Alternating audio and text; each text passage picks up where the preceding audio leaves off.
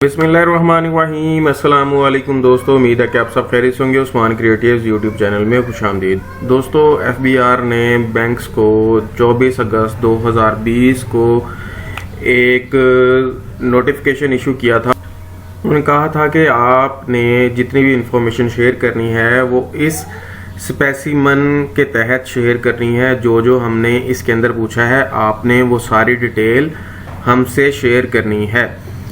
और वो फॉर्म जो है वो भी मैं आपको अभी इस वीडियो के अंदर दिखाऊंगा। वो फॉर्म क्या है, आपकी जो इन्फॉर्मेशन है वो 2020 से शेयर हो रही है एफबीआर के साथ। अक्सर लोग देखेंगे उनके मालूमात सेक्शन के अंदर जो है अब वो जो ये इन्फॉर्मेशन इन्होंने डिमांड की थी अब वो एफबीआर के मालूमात सेक्शन के अंदर भी शो हो रही है।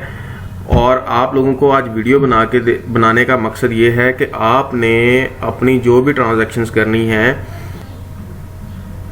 आपने इस चीज़ को मद्देनज़र रख के करनी है कि क्या आपकी इंफॉर्मेशन एफबीआर के साथ तो शेयर नहीं हो रही। ये क्या है कि और फिर मैं आपको ये भी बताऊंगा कि आप किस तरीके से अपने आप को, अगर आपका इससे ज़्यादा का है सिलसिला और आप इससे ज़्यादा आपकी मजबूरी है टर्नओवर की या इससे ज़्यादा कि आपने इसको यूज़ करना होता है, तो फिर आप किस तरीके से इससे बच सकते हैं। तो चलते हैं सबसे पहले कि ये फॉर्म्स उन्होंने क्या शेयर किए थे। ज़रा फॉर्म्स आपको मैं दिखाता हूँ। सबसे पहले है जी ये फॉर्म ए। फॉर्म ए के अंदर वो क्या कह रहे हैं जी, account holder deposit statement reporting banking company. अच्छा जी, ये सारा वो अपना वो बैंक्स का नाम वगैरह आ जाएगा और वो सारा सिलसिला। इसके अंदर क्या वो कह रहे हैं जी, information of persons who have deposited ₹10 million और more during the month of, यानी कि एक महीने के अंदर अगर उन्होंने 10 मिलियन या 10 मिलियन से ज़्यादा आपके बैंक अकाउंट के अंदर जमा करवाए हैं पैसे, तो आपने उसकी ये डिटेल शेयर करनी है।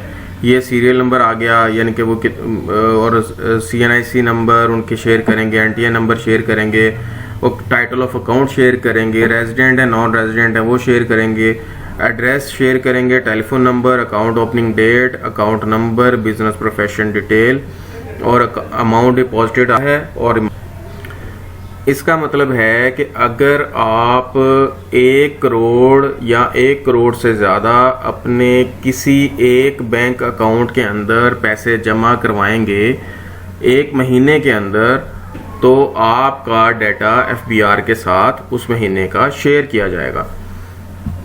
अब हम चलते हैं फॉर्म बी की तरफ। फॉर्म बी क्या है जी, फॉर्म बी के अंदर इन्होंने कहा है जी कि information of persons who have made credit card payments of ₹200,000 और more during the month of, वो महीना जो भी होगा। यानी कि अगर आपने उन लोगों की डिटेल्स हमारे साथ शेयर करनी है, ऐसे लोग जिन लोगों ने अपने क्रेडिट कार्ड के अंदर एक महीने के अंदर 2 लाख या 2 लाख से ज़्यादा पैसे जमा करवाए हैं। अब अक्सर लोग क्या करते हैं, अपने कैश फ्लोज को मैनेज करने के लिए क्या करते हैं कि क्रेडिट कार्ड उनको 5-5, 10-10 लाख रुपए के इशू किए होते हैं बैंक्स ने, और वो अपने कैश फ्लोज को मैनेज करने के लिए कभी उनका अगर बजट डिस्टर्ब हुआ तो वो क्या करते हैं कि कार्ड को बाहर से स्वैप कर देते हैं और वो जो भी उसके चार्जेस वगैरह पे करते हैं और चार्जेस पे करने के बाद उनसे कैश ले लेते हैं। ये एक अनएथिकल प्रैक्टिस है, लेकिन लोग करते हैं। वो फिर क्या करते हैं कि जब जारी बात है कि जब आप वो अपने पैसे जमा करवाते हैं, आपने देखे ना उन पैसों से ना ही आपने कोई चीज़ खरीदी है, ना ही आपने वो आपने कोई एक्टिविटी की है, सिर्फ क्या किया आपने अपने कैश फ्लोज को मैनेज किया। और वो जब एक किस्म का जब वो एक मरतबा शुरू करते हैं तो वो हमेशा के लिए ये चीज़ करते रहते हैं। फिर आहिस्ता आहिस्ता जैसे उनके पास कोई कैश आता है तो फिर वो उसको जो है वो क्लियर करते हैं, या फिर वो क्या करते हैं कि एक दिन के लिए वो पैसे उस कार्ड के अंदर जमा करवा देते हैं और दोबारा अगले दिन फिर दोबारा कार्ड को इस्तेमाल कर लेते हैं। इस तरीके से क्या होता है कि अगर वो लोग इस तरीके से मामलात कर रहे हैं तो मैं आप लोगों को बताऊंगा कि वो ये वाली प्रैक्टिस ख़त्म कर दें। आपकी ये डिटेल्स एफबीआर के साथ शेयर हो रही है। अगर आप 2 लाख या 2 लाख से ज़्यादा अपने कार्ड के अंदर पैसे जमा करवा रहे हैं एक महीने के अंदर,